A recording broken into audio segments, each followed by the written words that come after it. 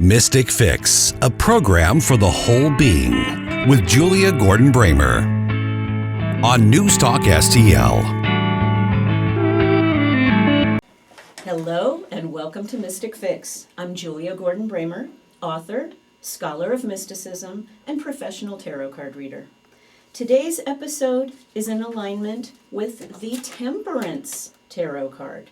Temperance is about good health, being in flow, and balance and moderation in all things. And on that subject, I'm really happy to introduce my friend Jennifer Jarvis-Hirt today. H-I-R-T, Hirt, not like the word. Jennifer and I met when I spoke to the Universal Connections group a year or so ago, and she joined my A Course in Miracles workshop that I lead. I have been fascinated with her sacred smoke and rituals business, as well as of her journey of self-healing cancer. Plus, I love her Maine accent. Jennifer is an expert in spiritual herbalism, medicinal use of plants, intuitive healing, rituals, harmonizing with seasonal energetics, food, cosmos and plants. Oh my gosh, it goes on and on. Maybe I'll save some of it for a little later, actually.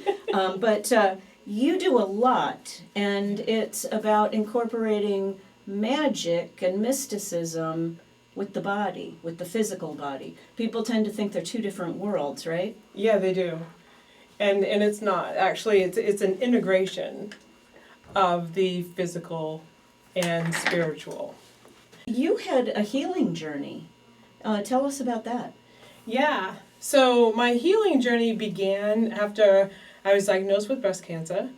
And then the surgeries had a little bit of a botch, and the treatment was extremely painful and crippling for me at that time. So I went through a spiritual journey of going into a very mystic place with, ironically, plants. Mm-hmm. So I went through this journey with plants, and then I came out, and once I was able to start moving around a little bit, that I started to ask myself, like, okay, I don't know what to do with my life right now. Like, I don't know what I was going to look like. I didn't know what my life was going to look like. And there were things that I didn't have control over. Mm-hmm. So the first thing I started to focus on what I did have control over. So turning to Mother Nature and turning and creating like tiny rituals personal to me really gave me that sense of control. It reduced stress, and it brought me into this place of empowerment. What called you to that? I mean, have you always just loved plants and they kind of just started speaking to you, or? That's a great question. So growing up, I was a wild young woman. Like, I ran around barefoot. My aunts had farms, and when we were roaming in the streets, like, we would pick wild blueberries that were in like little pockets of forest in our neighborhood. And then my aunt was a forager. So I grew up having these influences. But it was really what happened, that spiritual journey that I went through, this initiation with the plants. I went into this place and the plants carried me. And then when I was able to get up off the couch and start to move around independently, the first thing I noticed was, oh, how unusual. There are these plants that never grew before, like pokeweed and mullein, mugwort, that just started to appear on my land. And here I am in suburbia, in this house, and I'd lived in this house at that time for 12 years. Like the earth was offering these to you to help you with your healing. Yeah. Mm. And then there were some that I was just vibrationally drawn to. Uh-huh. And so I had to ask myself, what was real? Because the chemo and the pain meds and the antibiotics to me, it was like killing me. Like, I could feel just like something being sucked out and my bones getting weak and Sure, what's totally toxic. Right? Yeah. So inside it was like, okay, when it came to what is real, and it was the bottom line, it came down to Mother Nature, the seasons, the cycles, and rituals. And that gave me access to information. So the other part of that is I went into my lineage, and I started to look what did my ancestors use, right? Because I knew very little, or close to nothing. No, I knew your basic, like lavender was great for inflammation. But this mugwort stuff, like, what do I do with that? You know, so I started to question. And so, like, connecting to the Celtic lineage, I started to notice that the herbs that I was drawn to were aligned with that. The herbs really started to get me to that point of healing. And I started to like think, okay, well, the plant cells are 98% like ours. So that was going to be the fastest to come into my body and assimilate and change what was going. Wait. You're saying that 98% of a plant's cells look like human cells? Yes, they do. And That's amazing to me. Isn't it? Yeah. Right? Okay. Do go on. Yeah. Sorry that to was interrupt. like what came back from biology lab in college. All of a sudden was right here. So it's funny, like what deep wisdom gets activated, right, in these times when we're just blank and we got no interference, and we start using nature and like these little tiny rituals to keep anchor into that time and that space and really harvest the wisdom that's there in that moment. So working with those herbs and realizing, okay, the plant cells are like ours, it's the fastest to assimilate, and then I wanted things to circulate throughout my body as fast as they could so I could eliminate the toxins. And then that would replace, you know, the toxicity was getting out, and then all of these plants were able to come in. So that's how actually I grew into finding nature as a way, because no matter where I was, you know, and everything was in the details, like this herb and that herb, and combining them in a way where they were harmonizing with one another, and they would then come in and heal the organs and give my body the energy that it needed. So it was really like they just supported me, and no matter where I was at, they met me there. And when you say they met you, were you researching, or this is just a very spiritual kind of feeling it through? That's a great question. So it's a little of both. First, it started off completely 100% intuitive. Like I was like, ooh, this plant, you know, and then Googling it. Sure. Right, and learning then what it is, and, yeah. Absolutely, yeah, what it is, what is it used for, and then I was also looking into, like, what's the spiritual aspect, what's the folklore to this, and how is this used, and how do I integrate that into my healing? So it was both spiritual and physical. And then that grew into me getting in this space of going, oh, let me find an herb store. And I go to the herb store, and I'm just like looking what's on the shelf. And I'm like, well, that one there, and then I wouldn't know, you know, I'd ask, like, what is that for? And then I'd just take, like, my little handful of stuff, and then I'd bring it home, and I'd spend time with it. And then starting to make these, like, little concoctions and put them together, so, like, flower essences, tinctures, tisanes, and tisanes is just no tea, no caffeine. So it's how things used to be back Which in I the just beginning. learned today because you gifted me one. Yeah, the ancestor wisdom, which is great. Oh, you're gonna love that one. Oh, I can't wait. I can't Yeah. wait. So, you know, I think, have you ever met a plant you don't like? Yes. I don't like poison ivy. Who does, right? I see no reason for it to be on the planet. No creatures eat it. It does nothing for this world. That's interesting. You know, I've never researched that one. I didn't know that, so you taught me something today. It's a vile scourge, and I think came straight from Satan. Thank you very much. Oh my God, I love that. Oh, wow. Well, no, the ones I worked with, I believe, are divine. And the interesting thing is the first plants that I really was drawn to, you know, other than what introduced themselves to me in the front of my house, were bane herbs, poisonous plants.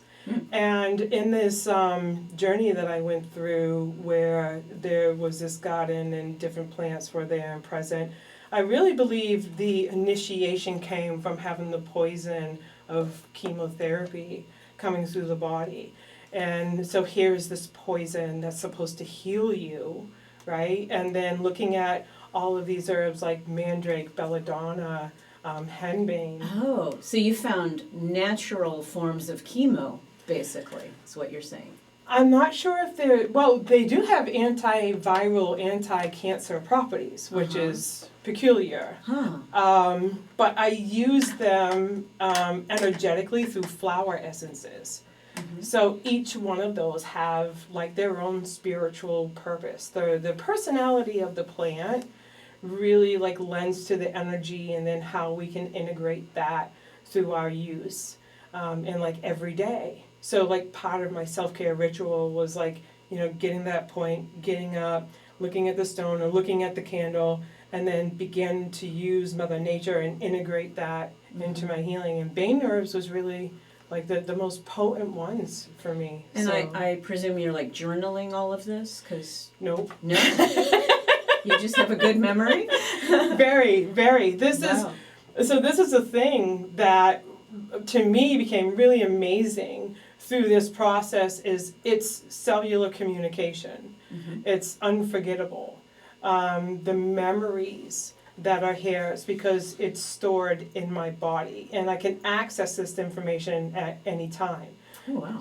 Yeah. Wow. So how did you start doing this for others? Yes, thank you for asking. So I got little bullet points here because it's so big that the strengthening myself in this each day, that it came to this point where I got this feeling like this is my purpose. This is what I'm going to be doing for the rest of my life, right? So I was like, all right, well, let me introduce this to my friends. Let me introduce this to my family. So I made little ritual kits with a general guide at that point, and made up some little tisanes and flower essences, tinctures, ointments. It was all the full apothecary, but they were small batched. And then I started to gift them. And then the feedback and the change and the transformation that was happening in their lives really let me know that something undeniable was there, that this is something that I could offer to others. And then I started to think, it was like, wow, what is this going to do for them? How could this have some kind of positive impact in their life, and what will their life look like when they start integrating using these herbs and the candles and the tinctures, and just creating tiny rituals where they can anchor into that space and that time and that place and that moment, and whatever is happening, it's all going to be supportive. And I just wondered what it was going to be like for other people to experience that, because that's the way I experienced it. So people can contact you and get a very customized kind of, what would you call this, treatment, system, ritual? Yeah, definitely ritual. So anchoring ritual into daily life is really the goal here. So having small batch botanicals, everything is intuitively crafted and sourced locally. Like I'm growing some of my own, and then I got a couple herb farmers right here in Missouri, one in Wright City, one just outside of Troy, and then actually one in Maine, because I'm like keeping it close to home and bringing in my roots. So we're keeping it pure, we're keeping it close to home, we're keeping it small batch, and really goes to our values of that, everybody has this innate connection to nature, and we have this inherent wisdom, and it's infinite. And we also have our inherited practices. So what I discovered through rituals, like, hey, these are these practices that I can create for myself, but also my ancestors have. And the more I do them, the better things got in my daily life. Yeah. So this Very is what cool. we get to offer to others. Very cool. So how do people reach you, Jennifer, if they want to get one of your well, if they want to talk to you, if they want to get one of your candles, one of your teas, one of your rituals? Yeah, great. Thank you. So right now we are still in production, but if you go to sacredsmokeandrituals.online, there's a landing page where you can actually subscribe and sign up to be able to get notified, to be some of the first to be notified about our next small batch launch. And we do have a launch celebration coming up around the end of summer where everybody is going to be able to get a chance to access what we have here. Awesome. And you do other things too, other groups. I mean, I know you celebrate Beltane and some of the moons and that sort of thing. So people can probably find you on Facebook for that sort of thing, yeah, right? absolutely. Yeah. So you can find me on Facebook. So my personal page on Facebook is Jennifer Jarvis, and you can go there, and that's where we get a little more up close and more intimate and personal. You're a beautiful writer. I mean, you thank really you. have such. Considering I'm an author and I read your posts and I feel like, God, I don't put any effort into this stuff. But no, really, really lovely. Well, thank you so much for your time. I wish we had more. But we will be excited to see your products coming up and maybe bring you on again once the webpage is fully launched. I would love to do that. Thank you. Yeah. Thank you Thank so you. much. Don't go anywhere. We'll be right back. This is Mystic Fix on News Talk STL 1019 and 94.1.